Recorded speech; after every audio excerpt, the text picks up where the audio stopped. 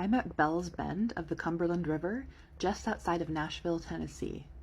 Did you know this bend played a major part in the Civil War's Battle of Nashville?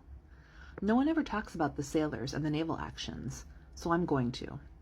Oh, and for those of you who know the city, we're right about where Costco is in Nashville West. So Bell's Bend was on the supply route from Clarksville to Nashville.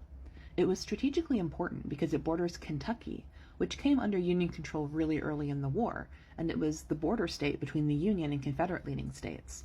Most supplies for Nashville went through this route, and so Confederates tried to target it. What I love about Civil War naval conflicts were that the Navy was never racially segregated. There just wasn't space to try to keep separate facilities. So while our Army began with the United States colored troops, the segregated regiments, each of the Union ships that were involved with the Battle of Nashville had black sailors serving on board. I compiled a database of all the black sailors that served during the battle, and I love looking at their places of birth.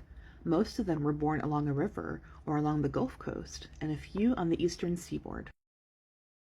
We still don't know as much about the black sailors who served, but I like to think about how they got there. Many were freedmen long before the 1860s, and many came down from the north. But in this battle, the database shows mainly people from the south, which means many more recently enslaved people. Likely those who already worked on the water.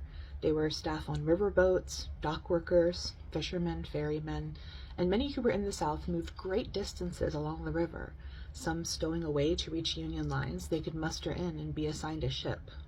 Still, they faced discrimination from their white sailors and officers, and even from black Northerners who considered themselves above former slaves. In total, I counted 174 black sailors in the Battle of Nashville on 8 Union ships: the Brilliant, Carondelet, Fairplay, Moose, Neosho, Reindeer, Silver Lake, and Springfield.